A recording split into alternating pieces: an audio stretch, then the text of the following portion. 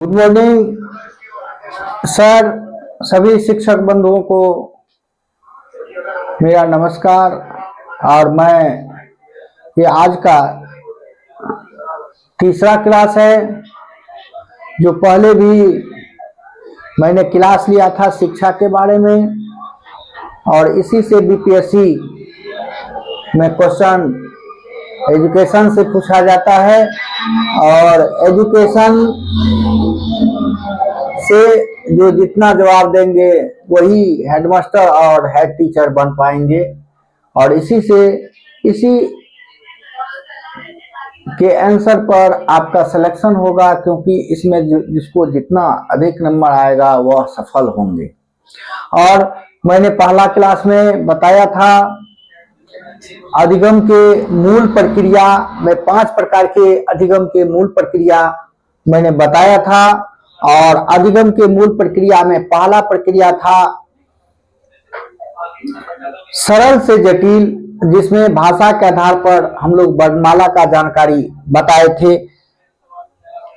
मतलब कहने का तात्पर्य है कि अधिगम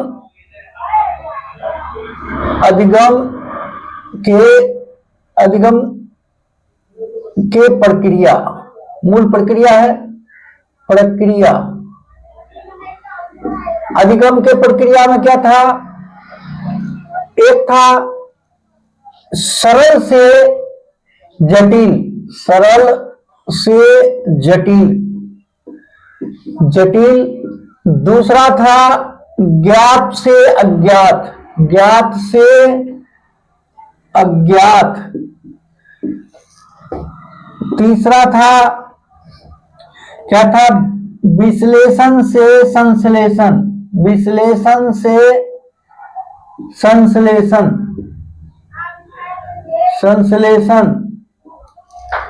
चौथा था आगमन से निगमन, आगमन से निगमन।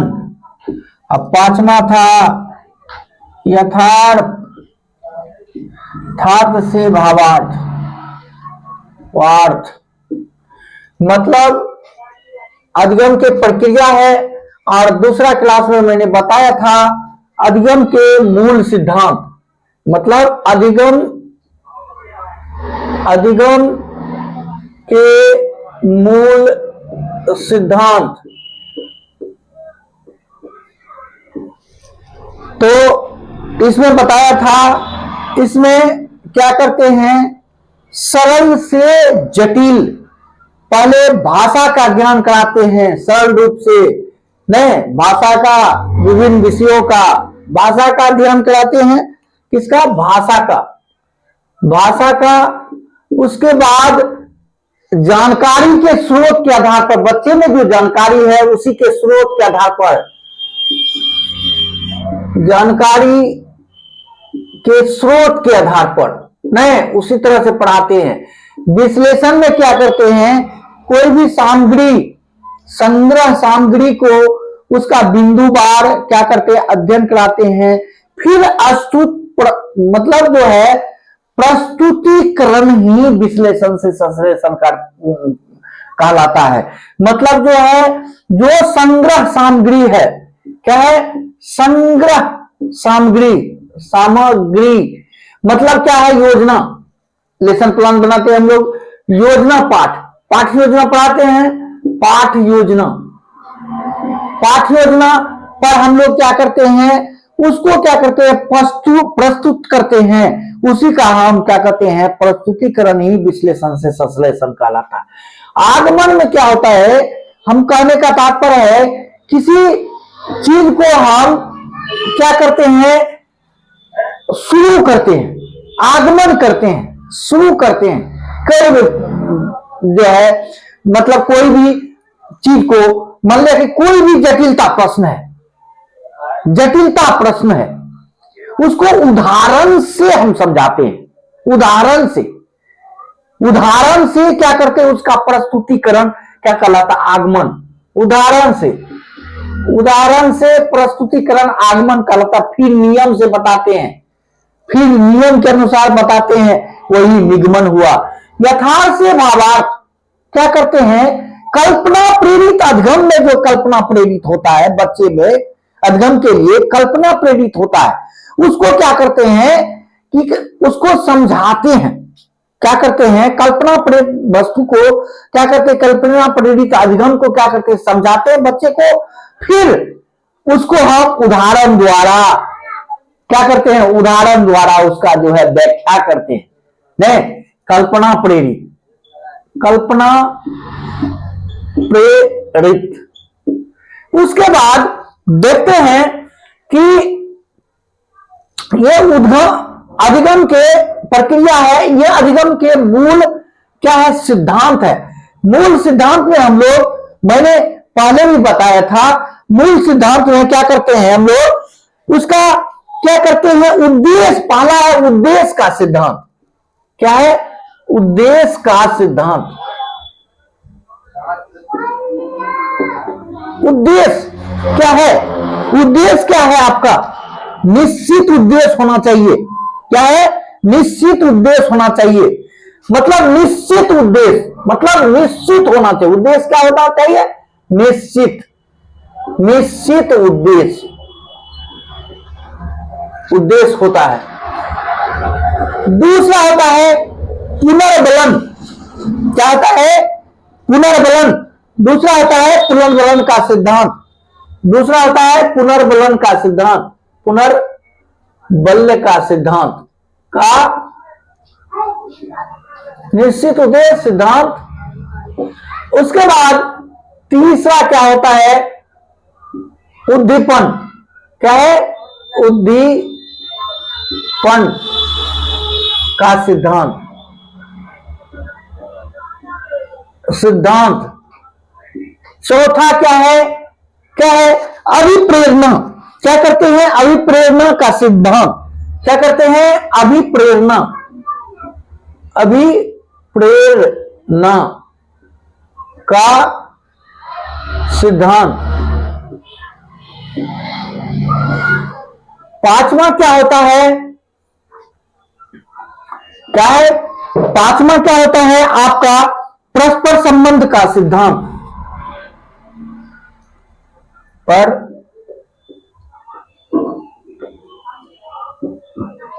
का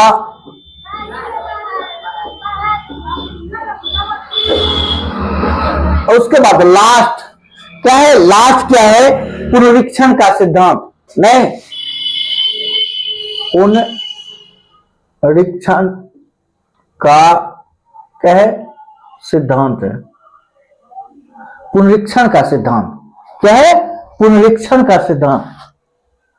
दिखाई, ये अधिगम के प्रक्रिया है, सरल से जटिल, ज्ञात से अज्ञात, विश्लेषण से संश्लेषण, आगमन से निगमन, यथार्थ से भावार्थ। सरल से जटिल भाषा का अध्ययन कराते हैं, ज्ञात से अज्ञात, उसके ज्ञात जानकारी के आधार पर अज्ञात की ओर ले जाते पढ़ाते हैं। उसके बाद विश्लेषण क्या करते हैं, जो सामग्री लाए हैं उसको क्या करते हैं, अध्ययन कराते हैं। फिर पाठ उसको क्या करते हैं, प्रस्तुतिकरण ही विश्लेषण से संश्लेषण कराता है। आगमन में क्या है, क्या है, जटिलता प्रश्न के उदाहरण द्वारा समझाते हैं। क्या है, वही प्रस्तुतिकरण क्या कहलाता है, जटिलता विषय के अधिगम के लिए जो है हम उसको क्या करते हैं, प्रस्तुतिकरण ही आगमन कहलाता है। निगमन उसके विपरीत होता है, निगमन नियम से पढ़ाते हैं। उसके बाद चौथा है यथार्थ से व्यवहार, कल्पना प्रेरित बातों को क्या करते हैं, वास्तविक रूप से समझाते हैं। क्या करते हैं, वास्तविक रूप से उसको समझा, कल्पना प्रेरित कोई भी बात है वास्तविक रूप से उसको समझाया जाता है, पढ़ाया जाता है। यही आपका मूल सिद्धांत में था। और प्रक्रिया में देखते हैं, प्रक्रिया में क्या था, 6 प्रकार के प्रक्रिया था। निश्चित उद्देश्य का सिद्धांत, अधिगम के अच्छे संचालन के लिए, अधिगम को अच्छे संचालन के लिए निश्चित उद्देश्य का होना जरूरी है। और उस निश्चित उद्देश्य को प्राप्त करने के लिए और उसमें गति प्रदान करने के लिए अच्छी रणनीति होना चाहिए। क्या है, निश्चित उद्देश्य को अधिगम के लिए बच्चे में निश्चित उद्देश्य क्या होना चाहिए कि मैं ये बनूंगा। उसके बाद उस निश्चित उद्देश्य को प्राप्त करने के लिए उसमें गति प्रदान करने के लिए अच्छी रणनीति होना चाहिए। मैं पढ़ा रहा हूं, अच्छी रणनीति होना चाहिए, कैसे बच्चे समझे। उसके बाद क्या था, पुनर्बल्य का सिद्धांत। पुनर्बल्य में क्या था, हम देखते हैं कि पुनर्बल्य मतलब कहने का तात्पर्य है कि बच्चे में क्या हो रहा है कि अधिगम के दौरान बच्चे में सकारात्मक और नकारात्मक भाव आता है, और नकारात्मक रूप से क्या होता है, बच्चे में सकारात्मक भी होता है, नकारात्मक। उसी के आधार पर क्या करते हैं, उसको पुरस्कार के द्वारा उसे प्रोत्साहित करते हैं। क्या करते हैं, पुरस्कार के द्वारा उसे प्रोत्साहित करते हैं, और उसके बाद वही सिद्धांत क्या कहलाता है, पुनर्बल्य का सिद्धांत कहलाता है। B.F. स्किनर साहब ने पुनर्बल्य का सिद्धांत दिया था कि अधिगम के दौरान बच्चे में जो क्या आ रहा है, बच्चे में एक प्रकार का विश्वास आ रहा है। क्या आ रहा है, विश्वास आ रहा है, सकारात्मक और नकारात्मक है। उसी के आधार पर उसको क्या करते हैं, या तो पुरस्कार देते हैं या दंड देते हैं, उसको प्रोत्साहित करते हैं। पुनर्बल्य B.F. स्किनर ने दिया था। उसके बाद उद्दीपन क्रिया के द्वारा, मतलब शैक्षिक जैसे हम लोग पढ़ा रहे हैं, उस दौरान जब बच्चे क्या होता है, आकर्षित होते हैं, बच्चे क्या होता है, आकर्षित होते हैं, तो क्या होता है, आकर्षित होते हैं। अधिगम के दौरान विद्यार्थी क्या करते हैं, विद्यार्थी शैक्षिक व्यवस्था से आकर्षित होते हैं, वही क्या कहलाता है, उद्दीपन कहलाता है। मतलब कहने का तात्पर्य है, विद्यालय में उपलब्ध सामग्री बच्चे मन कैसे लग रहा है, शैक्षिक माहौल से आकर्षित हो रहे हैं, क्या हो रहा है, शैक्षिक माहौल से आकर्षित, वही उद्दीपन क्रिया कहलाता है। और उद्दीपन के बाद क्या था, अभिप्रेरणा। क्या बच्चे कोई अपने पढ़ाई से वो भटक तो नहीं रहा है। कहने का तात्पर्य है कि अधिगम का संपादन अक्सर क्या होता है, परस्पर अधूरा रह जाता है, क्योंकि उसका उद्देश्य से भटक जाना।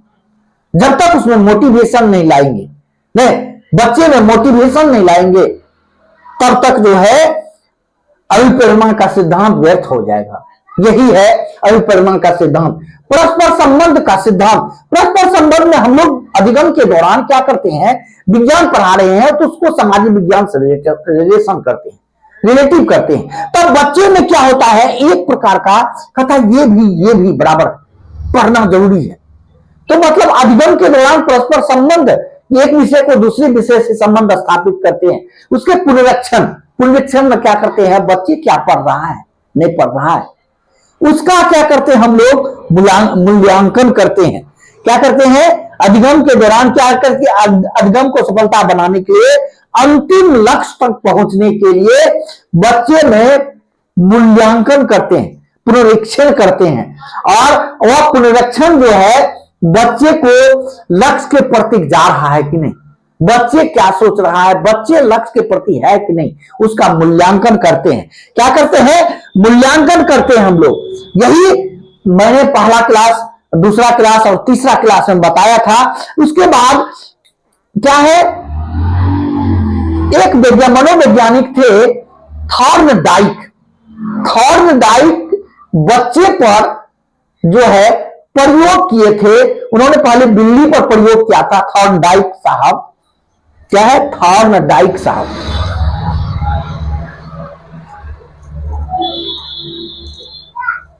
क्या है,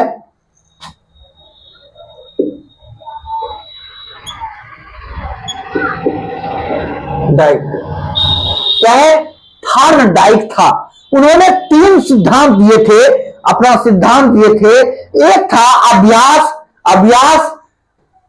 तत्परता और प्रभाव। अभ्यास,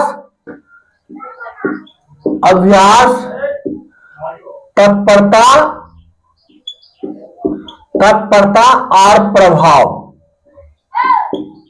वैसे इसका मूल सिद्धांत है, थॉर्नडाइक का क्या है, मूल सिद्धांत है अभ्यास, तत्परता, अभ्यास का सिद्धांत क्या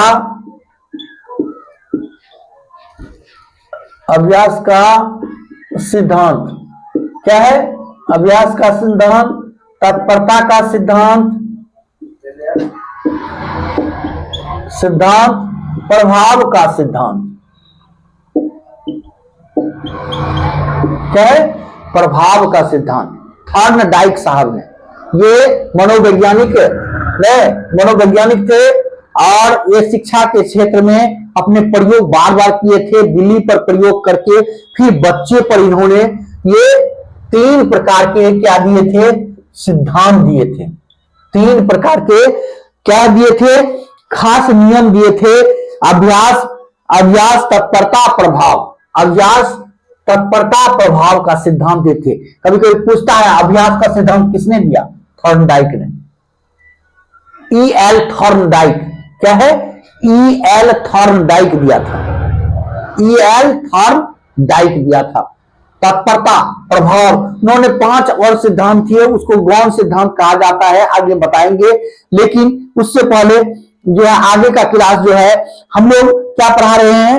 अब आगे बच्चे का समाजीकरण। बच्चे का समाजीकरण कैसे होगा? जब तक समाजीकरण में क्या सब पैदा होते हैं? नहीं, समाजीकरण से ही बच्चे को विभिन्न प्रकार का ज्ञान आता है। नहीं, परिवार में कैसे रहते हैं, परिवार में क्या संस्कार होता है, परिवार में उसका वंशक्रम जो है वंशानुक्रम में क्या आ रहा है, उसके समाज से क्या, उसे धर्म से, नहीं, ये सारे चीज से उसे बच्चे को क्या प्रभाव पड़ रहा है? वही है बच्चे का समाजीकरण। क्या है? बच्चे का समाजीकरण।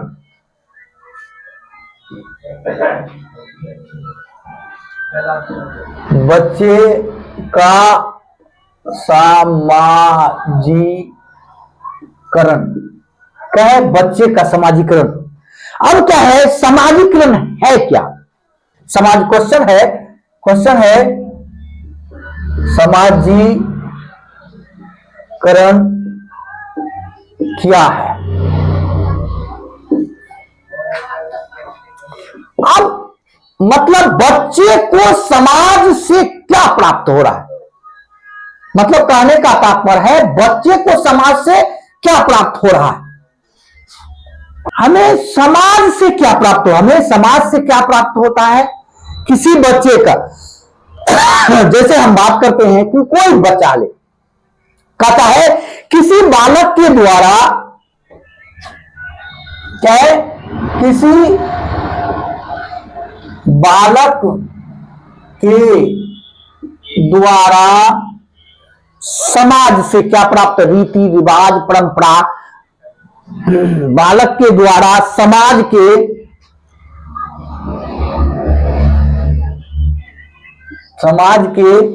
क्या है? रीति रिवाज, परंपरा। समाज के रीति रिवाज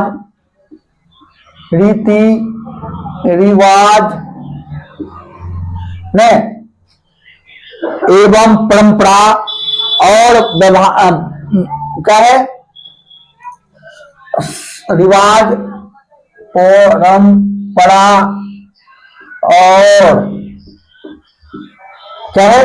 किसी बालक के द्वारा समाज के रीति रिवाज, परंपरा और व्यवहारिक नियम के अनुसार और व्यवहारिक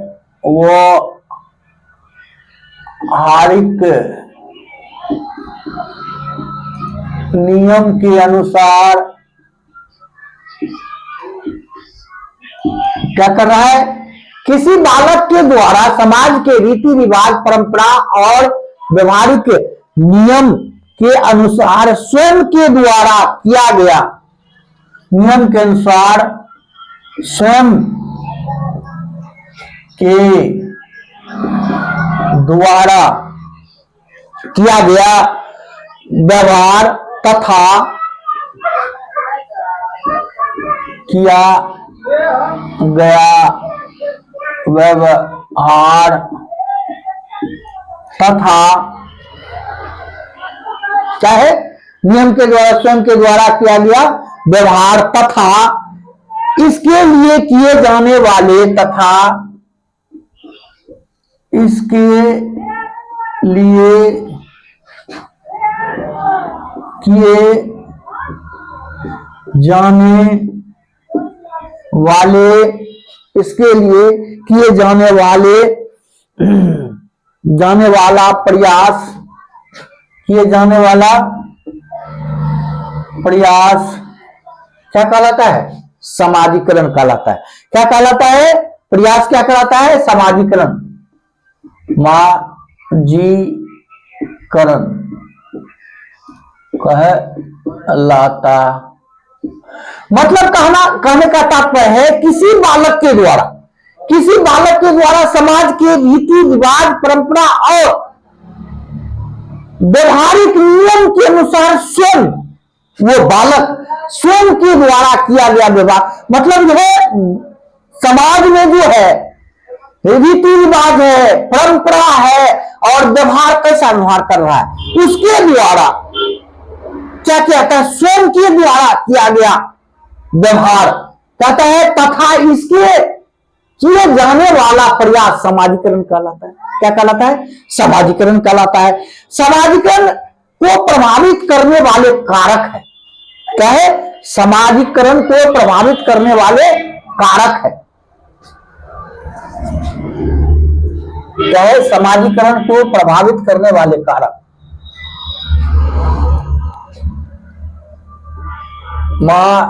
समाजीकरण को प्रभावित करने वाले कारक 10 कारक नहीं, क्या? 10 कारक। घर परिवार, पहला कारक क्या है? घर या परिवार। क्या होगा? घर या परिवार। क्या? पहला कारक क्या होगा? घर या उसका परिवार होगा। उसके बाद बालक का पोषण होगा।